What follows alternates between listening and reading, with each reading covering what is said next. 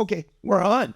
Hey, Ed, how's it going? It's good, Neil. Good to see you. This is partner Ed. Yeah, we're there. No, we're just talking, man. Like my shiner.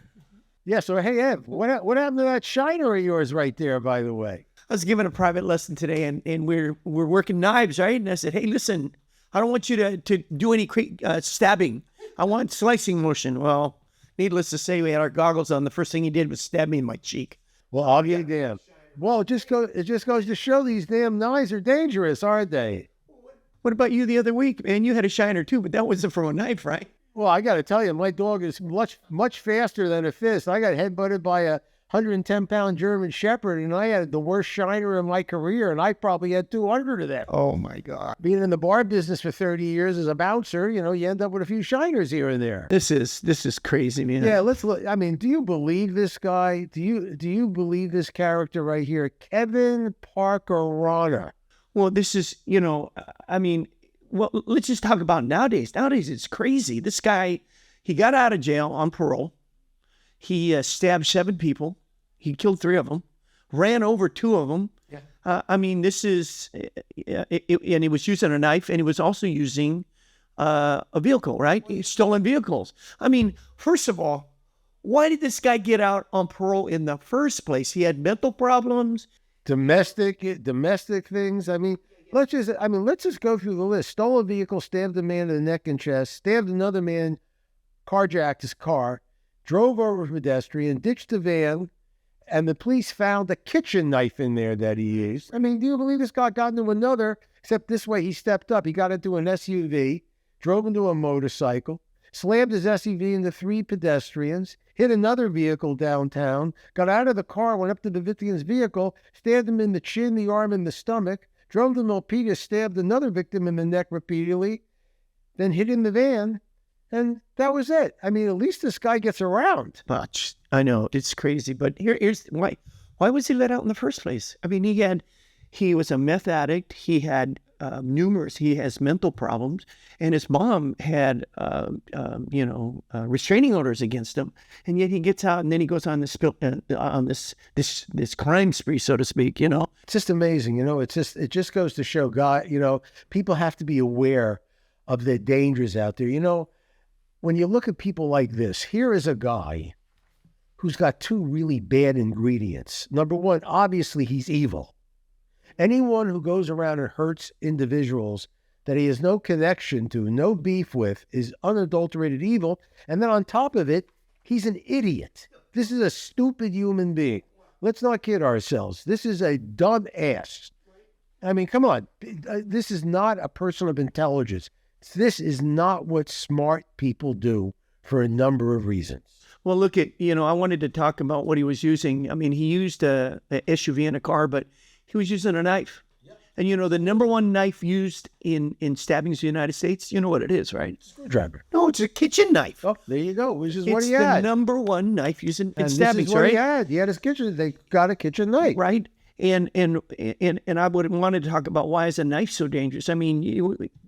Guns are, nowadays we hear about people getting shot in guns, right? But with a knife, who can own one? Anybody can own a knife. Anybody. Yes, right. You don't have to go through any training process. You don't have to wait 10 days, right? A knife, you can conceal it. You go to stab somebody and the knife will change direction in midstream.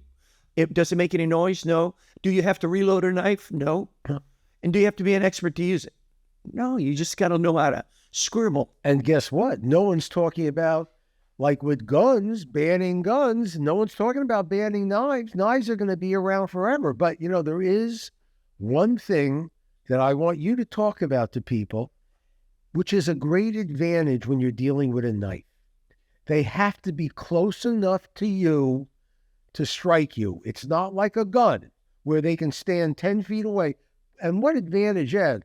What does that give you if they're close enough to touch you? You can do something. Right. Here's the thing, if you're out on the street and you see somebody and it's kind of sketchy or maybe, and you can't see maybe one or either of their hands, I'm always, hey, let me see your hands. If you can't see the hands, create distance, right? Always create, because when it comes to a knife, distance is your friend when it comes to a knife, right? And the other thing, it takes a different kind of mentality to stab somebody than it does to shoot somebody, right? Because again, shooting is not personal. I mean, I could be 10 feet away from you. I could be 4 feet away from you. I can be close to you. But in a knife, you have to be up close and personal, right? And that's what makes a knife so dangerous. You can hide it. One of the things people ask me is, could situational awareness have helped? Well, in this case with this guy, he got an SUV. He rammed into a guy on a motorcycle from behind, and the guy flew over his handlebars. I mean, that was more of a blind attack, right? And when you look at when he attacked these people, unadulterated evil, just out there to maliciously hurt and kill people. Yeah, and so would situational awareness have helped? What do you think? Well, if you saw it coming or heard the engine, maybe, but I mean, this is not something you can train for. Correct. Now, the thing is this, you brought up a really good point about distance, and this was always something that I loved about Ed Parker's teaching when he came up with the concept of critical distance. If you can keep far enough away from someone where they cannot reach you with their feet or their hands, at least you have an opportunity to respond. In other words, at least you have a chance. If you're so close to them that they can reach you and they launch a knife, a punch, a club, anything, you're getting hit. And even Bruce Lee said that. He said, if you're close enough to hit me and you try to hit me, I may get a hand on it, but there's going to be contact. It's always the old proverb, action is faster than reaction. Yes. So if he has to jump on you, right? It's like tailgating. Situational awareness. I mean, would that have helped? Maybe, maybe. I mean, you let somebody get that close, then you should never let that happen, right? And if it's a knife, what's the best thing to do? Just run. Yeah. If you go to YouTube or any of those social media places that show some of this stuff, if you watch people, what's the number one thing they do when they're in a knife attack? They try to grab the knife. Do you ever see them hitting back? Ever? No. Yeah, why not? And let's give a kudo to a guy who came here once and taught a great seminar with knife. His name was John Whitman, who was the president of Worldwide. Now he has his own crew. And he brought up a point, and he pointed out exactly what you did. There was a big guy and a small guy had a knife. Yeah, that was the video the bar. And this little guy was coming at the big guy, and there was a number of occasions where if the big guy would have just hauled off and belted him, it would have been over. What ended up happening, he got hypnotized and just mesmerized by that knife, grabbing it, and he ended up getting cut up and dying. Wait, he ended up dying. He got stabbed. That was a 12-second video. Yeah. Right? He got stabbed 22 times. Yeah, it was amazing. It didn't hit. If you go to watch knife attacks, people never change the mindset. If I hit you, then you think you're still thinking about stabbing me if I hit you hard enough. No. Right? So number one thing, if you can, whenever there's a knife present, run. Yeah, absolutely. And if not, then you need to sit there and change that mindset, man. Hit that guy, hit him hard. If you can block the knife, great, but don't try to grab the knife. The number one comment out of people's mouths when they get stabbed. I didn't know I was being stabbed. I thought I was being punched. Yeah. Hey, no matter whatever I do with punches, just imagine I have a knife in my hand. It's exactly the same thing, whether it's an empty hand or with a weapon in it, right? And it's just crazy. And this guy in San Jose here, I mean, he killed someone in Milpitas. How many people did he kill? 3 people. 3 people, injured 7. Yeah. And crazy, man. He drove over 2 of them with the SUV. And he not only that, he drove over them, then he backed up to make sure he killed them. This is an evil human. The thing is, the other thing too is, in our industry, and one of the reasons why we call this the empty bottle is because when it comes to defense and being aware of things on the street, many people are an empty bottle. They don't know what to do. And unfortunately, in our industry, there's a lot of people out there claiming to know what they're doing, and all they're basically doing is training people to get hurt or killed. And they're empty bottles. So, what you and I have is real experience. Now, I did get stabbed one time, okay? And I want to talk to people about what actually happened and why what I did worked, okay? Quick story. Everyone knows I was in the bar business. I owned a big, big rock and roll bar. We had an experience one night where I was behind the bar. It was a big Friday night, and a bunch of my bouncers were out in the crowd. And this Guy walks into the bar with his girlfriend. Seems like a nice kid. He's probably not even big. He's, hey, I'm a midget, 5'5". This guy was maybe 5'2". That was a hobbit. Okay. Something happened in the bar, and the next thing I know, I'm behind the bar and I'm watching this guy beat up every single bouncer in my bar. One of the kids was a semi-pro football player who was 6'5", 300 pounds. And he was a defensive lineman, and this guy just rifled him, beat the living hell out of him. He was like a whirlwind of punching, kicking. He's an animal. So I said, Neil, time to go into action, dude. I jumped over the bar. I snuck up behind him because I didn't want to get in front of him because I was watching him just whirlwind people away. I got behind him, and I jumped him, and I got him in a headlock. And it was a real headlock. It wasn't the dumb headlock around the neck. It was across his jawline, in between his cheek and his jaw. And everyone knows who puts on a headlock, if you really want to disable someone, that's the way you do it. And I got him. And I got to tell you something. It was like riding a bronco. This guy was an animal. And we later found out that he was on angel dust. He was on PCP. That's why he was so crazy. Yeah. So anyway, I dragged him out of the bar. It took me about probably 3 minutes to get him out of the bar. It was crowded. And he was fighting me. My whole back was black and blue for him grabbing me as I was bringing him out. He got his arm around me. Just an animal. I got him out, and I'm holding there, and I'm screaming to people, call 911, call 911. And all of a sudden, his girlfriend comes up on my side and takes out a nail file and sticks it right into my neck. Okay? Stuck it right into my neck. At which time I immediately reacted, and I did what John Whitman talked about. I torqued him, okay? I torqued his neck and dumped him, and in one move, I just hauled off and belted her right in the mouth. Knocked her cold in the middle of the street. She was on the street foaming from the mouth. She spit out a couple of teeth, okay? But guess what? Yes, stop. Guess I what? saved my life. Change your mindset. And I also went back and got him in the headlock again before he could get up, because I cranked him real good. Police came, arrested both of them.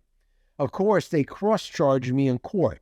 She cross-charged me because I knocked out her teeth. So they tried to get me on an assault and battery charge. Luckily, my wife, the nail file got stuck in my neck. It was actually stuck in my neck. My wife at the time, who was working as a bartender, came out and took a picture of it. And when they cross-charged me, I went to the clerk of the court. I said, this is why I punched her in the mouth. And I held up the picture of the nail file in my neck. Clerk of court looked at her and he said, is this for real? She looked kind of, he looked at me and said, Mr. Newman, you're free to go. And they got charged for assault and battery. So lucky for you, you didn't die. Well, here's the thing. Luckily, I dodged it, so it just went through the skin of my neck, okay? It got stuck above my Adam's apple, okay? But the key thing is I did what Whitman talked about.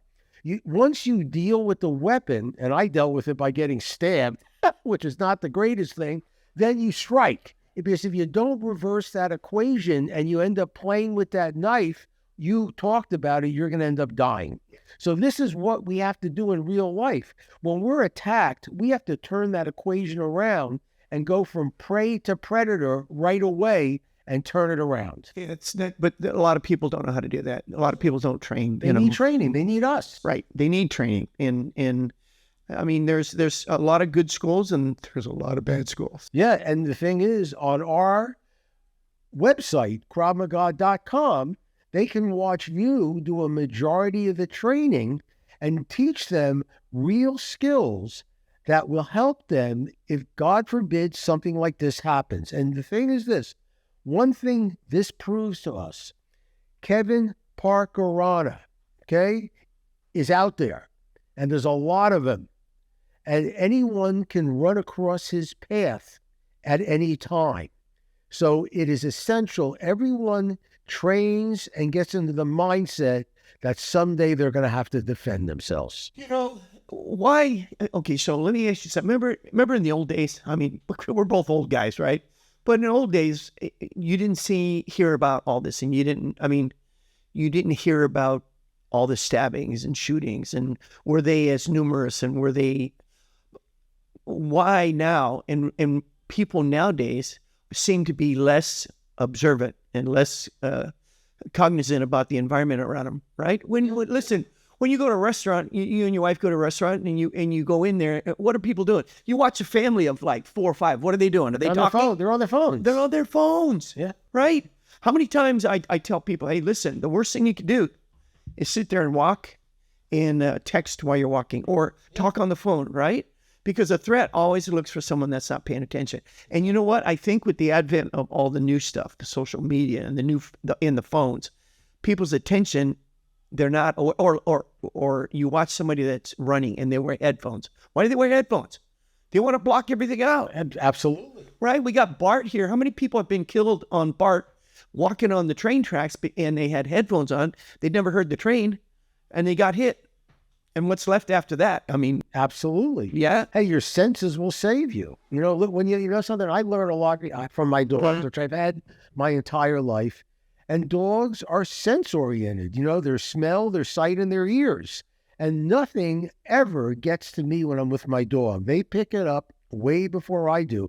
And this is the way we have to be in this day and age. You know, going for a run on a trail when you're isolated by yourself with earphones on and your phone is not safe anymore. Guys, we have to wake up. Ed brought up a good point. When I was a kid, my mother used to throw me out of the house after dinner and say, don't come home until the sun comes until it gets dark. Yeah, right. You know, it was a whole different world. Now we have predators out there. We have pedophiles out there. We have evil morons like Kevin Pocarano out there. They've always been there. But they don't have it's easier now than it was before. Because again, no, you're right. People, when they walk, they were paid more attention to their surroundings. Now, I saw, you know, I was driving the other day and a kid was texting on his phone, didn't even look up. And he decided to start crossing the street, almost got hit. Yeah. And he looks up. The car missed him by about this much, looks up and continues texting and walks on. He could have died. Hey, I watched a guy in Washington, D.C. I'll never forget it. I was with my wife on vacation, and here's this guy with a 3-piece suit, dressed to the hilt, looked like a major businessman. He was so intense on his phone that he walked right into a fire hydrant, fell right on his face and almost broke his neck. And I actually picked him up because I felt bad for him. And the most amazing thing was, he looked at me, he said, I hope I didn't break my phone. I mean, so, you know, this is what we're dealing with in this day and age. People, you know, it's like Pavlov's dog. You know, I notice it myself in the car.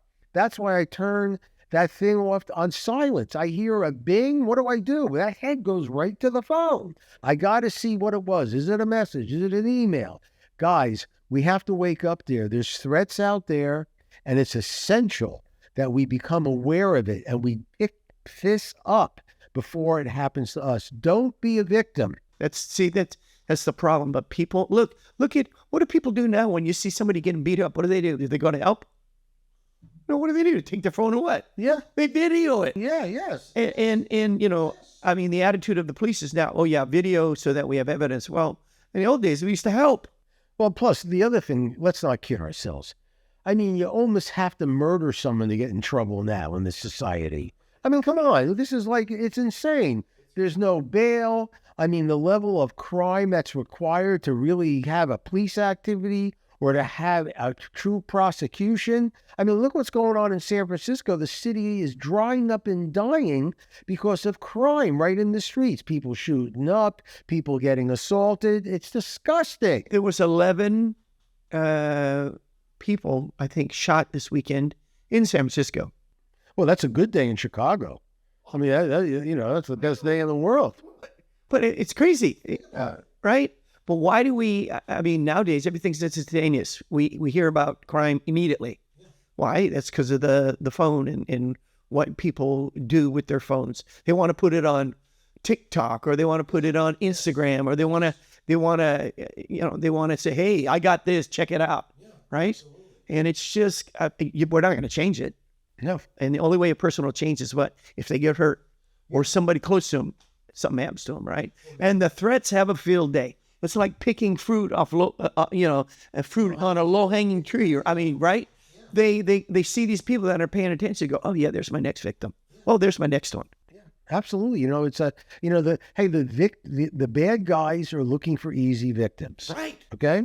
They're looking for easy victims. Even in a town like I live in, upper level bedroom community, there's crime all over the place. People are not aware. They're leaving their cars open still. They're leaving their homes open.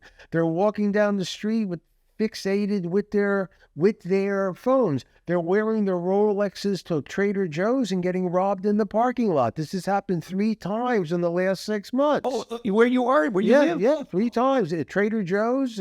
One in San Ramon, okay, and one in my town. In one of the most popular restaurants in the town, a guy got pistol whipped and his Rolex was taken right off his wrist before he got to go into the restaurant. You know, guys, no one wants to be emasculated. No one wants to be treated like they're rubbish. So my suggestion is this. Think about VanguardKravMaga.com. Get on there. Take the 2-week free trial and at least get into the mindset that you don't have to be a victim. You can be proactive in your own safety. Listen, you know, people think that self-defense is, you know, learning how to punch correctly or kick correctly or do this technique that'll get you out of a situation. See, here's the deal. Just don't get in the situation in the first place. Be aware of the surroundings. Exactly. And trust your instincts. Yes. If you hone that skill, then guess what? Your body will tell you, hey, something's not right. You know, you know, when I do the self-defense seminars, especially with ladies, right? I go, hey, ladies, you ever talk to a creepy guy? They go, yeah, and you still talk to him. And I go, why do you talk to him? You know what their number one reason is why they continue talking? They don't want to hurt his feelings. Yeah, they don't want to be rude. Yeah. And and the hair on the back of their neck might be standing up. And I'm going, your body's telling you, get away. Just break it off. Hey, listen, I got to tell you, I used to do a lot of training for women who had problems with guys. Some of them were rapes, some of them were beatdowns. And there was a very common thread that you brilliantly hit right on the nose. At some point in that conversation with them, they got the creeps. Okay? They got the creeps. And one girl, I asked her, who ended up getting raped, I asked her, why didn't you act on it? She said, because he was so cute. I could not believe that he could do something like that. And there's nothing wrong. You know, this is not on her. This is on the bad guy. Even if you make a mistake like that, it's still the bad guy. Another girl was in a parking garage, and a guy was trying to run up a discussion with her. And instead of getting out of there because something struck her wrong about the guy, gave her the creeps. She didn't want to hurt his feelings. She didn't want to insult her. He ended up jumping her, beating her up, and taking her purse. Yep. So, you know, the thing is, you can never blame the victim, but we can learn from victims and act on our instincts. Those instincts is your subconscious kicking in with all the knowledge in your life. All of a sudden kicking in, there's something wrong with this picture. Get away. Act on your intuition. And if you're wrong, what's the worst case scenario? You get embarrassed. Who cares? You're safe. Right. I lived off of Berryessa Road in San Jose, and one of the ladies that lived 2 doors down from me is a nice old Japanese lady, and she was at Safeway, which was around the corner, and somebody grabbed her purse, and she ended up dying. You know why? She had a heart attack. She didn't want to give up her purse. She ended up dying because she didn't want to give it up. Well, you know, if that's what she really meant the world to her and she fought for it, great. But you know what? If somebody comes up to you with a gun or knife and says, hey, give me your wallet, then the smart thing to do is give me your wallet. But that doesn't mean they may not get stabbed, or that doesn't mean they won't get pistol whipped or shot. That's a chance you take. But the reason why they're using the weapon, and this is in most cases, is to intimidate you and to make it easier for them to get what they want from you, right? It makes total sense. Right? So if you're going to fight and you love whatever it is you have, then you fight for it. But you have to know how to fight. That's the other thing now. You have to know how to fight. Because the thing is, in the bar business, I have seen it literally probably thousands of times where I've seen people punch someone, and instead of, it has no effect whatsoever other than pissing the guy off, and then they end up getting a real beat down. So this is what training is all about. The thing is, You can't fix your car unless you have a toolbox. Okay, That's right. No, and true point, and right? those tools in self-defense are things that we can teach you. Your punching, your kicking, your blocking, and your common sense. These are all parts of the toolbox. And guys, in this day and age, it's not voluntary anymore. You need this now. No one is safe anymore in this society. It doesn't matter where you are or what you're doing. Vis-a-vis Kevin Parkerana running people over and stabbing men that he had never seen before over a 10, 15 mile geographical area tells you that no one is actually safe anymore. Let's get our knowledge base up and start training. Get on that website, Vanguard Krav Maga, and take a look at it. I guarantee you will understand what we're saying once you see what we offer you. We want to teach, this may not make sense, but I want to teach you how to fight so you never have to fight. Yeah. Do you understand that? Yes, I totally understand. We're teaching you how to fight, but I don't want you to use it. The only time you fight is when your life is threatened, right? Exactly. And again, having that training and having that knowledge and having that confidence, you act different, you look different, and we have what we call a hard target as opposed to somebody that's a weak target, right? When you're walking down the street, your head is held high, your shoulders back, you walk tall. You look in the person and you look at them. I mean, you're not mad dogging them, but you look at them saying, hey, I've seen you. Rather than, how many people that I walk down the street and I look at them and they turn their eyes away? Most people. Yeah, I don't get, when you walk with that confidence, then again, you've made yourself a hard target. Well, the thing is, being in the bar business, okay, 95% of the fights I dealt with, I de-escalated. Okay, didn't have to fight.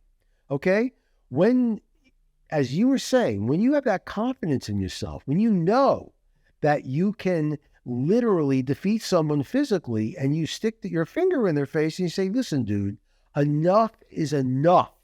Keep it up, and you're going to leave the hard way instead of the nice way tonight. And or in the street, I have said a number of times to people, okay, yes, I had a pretty rough growing up as you did, and I owned a lot of property in gang-ridden areas, okay, that I personally managed with my partner. And I've said on a number of occasions, look, dude, okay, you want to go at it? That's fine. I'm going to just tell you one thing. It ain't going to be free. It ain't going to be free. You may beat me, but it ain't going to be free. We're both going to go away with some serious damage. And that has backed people off 95% of the times. Yeah. But the thing is, you have to have training. If you don't have training, it's like shooting it. It's like holding up an empty gun. Sooner or later, the gun may scare someone, but once he starts shooting and you have no bullets, you're in deep. Yeah. One thing that we want you to get is your confidence, but de-escalate. Knowing precursors to a fight. How do you recognize those things? That's part of your training. Or here's, how do we de-escalate a fight? Yeah, absolutely. There's been times I put my hands up and just walk away, and they're like, what? I don't know what to say. Right? You can talk down. Hey, listen, I don't want profit. Hey, if you want to do this, okay. Yeah, pattern interrupt, getting the person's mind off what's initially getting them going crazy. But see, a lot of schools don't teach that kind of stuff. They don't teach precursors to a fight. That means they've never been in a fight. Well, you'll have most fights, especially with guys. Women are totally different. Women it's on. But guys, they talk and, they got to build up that confidence, and then it's on. I've seen fights where guys would talk for a good 5 or 6 minutes, and finally somebody does something. Or I've seen, 10 seconds of stuff, and then it's on, right? Yeah, a guy swings and misses, whatever. Well, see, that, and the thing is, that's why when I talk about Worcester, Massachusetts, where my nightclub was, I always tell people, Worcester, and I've been all over the country, and I've been in fights all over the country, especially when I was a kid working construction and here and there. But Worcester was the most badass city I ever lived in, because there was no discussions, okay? It was not back and forth, you, this, that. It was one comment and the fist started flying. You stepped on someone's foot, you stepped on someone's girl's foot, you went by her, brushed her shoulder a little bit too hard, You went to the bathroom and a guy puts a move on your girlfriend, it was fists right away. So we used to always laugh. If we had 10 fights a night, it was a good night. But you know, the thing is, I still got to de-escalate a lot of those fights. You know, if you get to them fast enough, and you're looking, what you said, you're looking for the signals. Okay, in my instance, I'm looking for people who are drinking too much. I'm looking for people going to the bathroom and then coming back and acting real weird because they went and snorted coke. Oh, but seriously, and That's if you know that stuff. yes, exactly. You know, this is the kind of stuff that you have to develop a knowledge base for. This is why in the future, we're going to do another podcast on how to stay safe in a nightclub atmosphere. In other words, what do you do when you go into a bar with a lot of people to make sure you don't get caught up in other people's wakes of violence or problems or arguments? It's very easy. It's just like real estate. It's location, location, location. But that's for a future podcast. Well, and we'll talk about it when I played music. I played in every bar I've actually seen people shot in bars. I mean, and we can talk about that later. There's a lot of things. Hey, listen, I watched guys get their noses bit off. I watched a woman bite another's ears off. Oh yeah, I mean, it's just, this is just, this was, this is what happens. Like I said, when you mix that horrible mixture of stupidity and evil, okay, the most bizarre things will come out. Especially when you add alcohol or drugs. Yes, absolutely, absolutely. You know, cocaine, we used to call it the instant, instead of instant protein powder, it was instant fight powder. Yeah.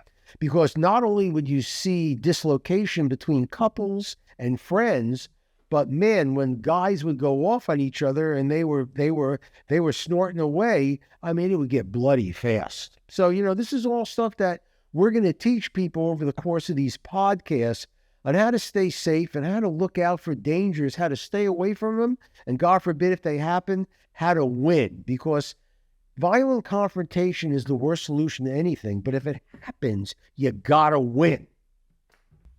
No, I agree with you 100%. You gotta win. Why get into a situation like that in the first place? So, yeah. So, I think we did okay. Well, you know what? Yeah, and like Neil said, you know, podcasts. We want to do these podcasts, and if you guys have any questions or anything, go to our website and you know, put the question in, and we'll try to talk about that. And guys, also, if you want anything addressed that's happened to you that you want our input on, any place you're going, traveling to a strange area, you have a night out in a place you've never been. Any kind of personal questions or personal threats that you may have, we'll do our best to answer them and give you solutions, preventive-wise, and improvements if they've happened and you didn't do so well. If you want anything discussed in the podcast, any subject matter, just let us know, and we'll come up with something really good for you. Okay. All right, partner. Nick. Thanks, buddy. I'll talk to you later. All right.